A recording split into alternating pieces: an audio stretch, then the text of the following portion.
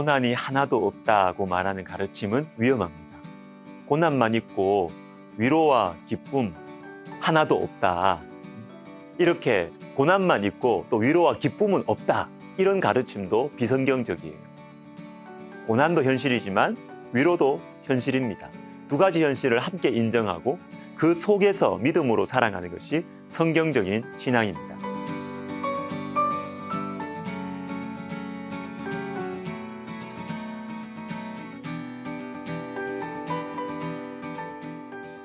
아가서 3장 뒷부분, 즉 6절부터 11절까지에는 두 가지 반대되는 현실이 나옵니다. 먼저 힘겨운 환경이에요. 6절과 8절을 보십시오. 거친 들에서 오는 자가 누구인가? 밤의 두려움으로 말미암아 각기 허리에 칼을 찾느니라. 거친 들, 밤의 두려움, 힘겨운 현실이죠. 그러나 또 다른 현실이 있습니다. 7절, 9절, 10절을 읽어드리겠습니다. 이스라엘 용사 중 60명이 둘러쌌는데 솔로몬 왕이 레바논 나무로 자기의 가마를 만들었는데 그 기둥은 은이요, 바닥은 금이요. 자, 여인, 즉 우리를 태울 가마가 견고하고 아름답습니다. 그리고 용사들이 보호하고 있어요. 이것이 또 하나의 현실입니다. 거친 들과 밤의 두려움. 그러나 이 현실을 능히 감당할 수 있는 강건함. 이것이 바로 하나님 백성들이 살아가는 두 가지 현실입니다. 고난, 힘겨운 상황도 현실이지만 위로, 하나님의 돌보심도 현실입니다. 고린도후서 1장 4절을 읽어드리겠습니다. 우리의 모든 환난 중에서 우리를 위로하사 우리로 하여금 하나님께 받는 위로로서 모든 환난 중에 있는 자들을 능히 위로하게 하시는 이시로다. 이 말씀에도 두 가지 현실이 있습니다. 모든 환난 그리고 하나님의 위로입니다. 고난이 현실이었습니다. 그러나 여러분 위로도 현실이었어요. 자, 여러분 우리의 현실이 무엇입니까? 고난이죠. 사람들에게 차례대로 누구의 현실이 더 고통스럽냐라고 물어보기 시작하면 물론 차이는 날 겁니다. 내가 더 힘들다. 아니야, 내가 더 힘들다. 그러나 인생의 진실은요. 내가 당하는 고난이 가장 힘들다는 거예요. 이게 우리 인생의 현실이에요. 우리의 현실은 고난입니다. 그런데 우리의 현실이 고난에서 멈추면 낙심이 됩니다. 그리고 그것은 기독교 신앙의 본질이 아닙니다. 우리의 현실은 고난에서 멈추지 않습니다. 위로의 하나님, 특히 방금 읽은 고린도후서 1장 4절을 보시면 그리스도께서는 하나님께 받은 위로로서 우리를 위로하시는 분이다 라고 하셨습니다. 이것 또한 현실이라는 것이죠. 사랑하는 여러분, 고난도 현실이지만 위로도 현실이에요. 이게 바로 성도의 삶입니다. 예수를 믿으면서 알게 되는 새로운 가치관, 인생관, 현실, 인식이죠. 고난도 현실, 위로도 현실. 성경의 맨 마지막 말씀은 요한계시록입니다. 요한계시록은 위로의 말씀이에요. 요한계시록을 읽을 때 안경처럼 먼저 끼고 읽어야 하는 말씀이 있는데 2장, 3장, 우리가 잘 아는 7교회를 향한 말씀입니다. 7교회들에게 주시는 말씀, 어려움 가운데 있는 교회들에게 용기와 소망을 주는 위로의 말씀이 요한계시록이죠. 그런데 2장과 3장을 보시면 각 교회들이 다 어려움과 문제를 가지고 있어요. 여기에 대한 근본적인 대답을 주시는데 그게 뭐냐면 예수님이에요. 예수님의 모습이에요. 예를 하나 들어보겠습니다. 서머나 교회 2장 8절 서머나 교회의 사자에게 편지하라. 처음이며 마지막이요 죽었다가 살아나신 이가 이르시되 내가 네 환난과 궁핍을 알거니와 자칭 유대인이라 하는 자들의 비방도 알거니와 10절 너는 장차 받을 고난을 두려워하지 말라. 자 보십시오. 환난, 궁핍, 비방, 장차 받을 고난까지. 서머나 교회는 어려움이 많았습니다. 이게 현실이죠. 그러나 이것들을 어떻게 이겨내느냐 하면 어떻게 이것을 위로하시느냐 하면 처음이요 마지막이요 죽었다가 살아나신 이가 이르시되 이 예수님께서 너희와 함께하고 계신다라는 것입니다. 그것도 어떤 예수님? 처음이며 마지막이신 분.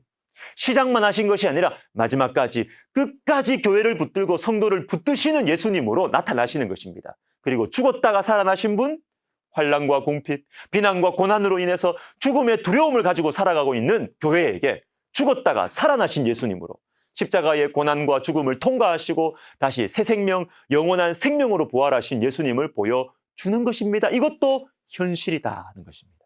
고난만이 현실이 아니라 예수님의 위로와 능력도 우리에게 주어진 현실입니다. 나머지 6교회들도 마찬가지예요.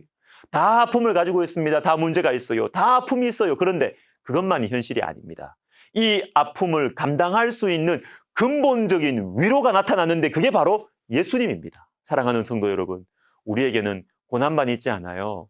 고난을 넉넉히 감당할 수 있는 하나님의 위로가 있습니다. 이것도 현실입니다.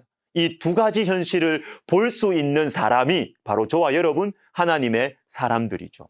그런데 어떻게 예수님을 봅니까? 내 눈에는 고난만 보이는데 또 다른 현실인 예수님을 어떻게 볼 수 있을까요? 요한계시록 4장을 보겠습니다.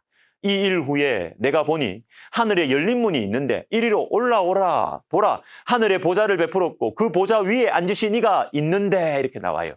이 일 후에 이것은 조금 전에 봤던 2장과 3장입니다. 유혹과 고난이 많은 교회들의 모습, 우리 눈에 잘 보이는 현실이죠.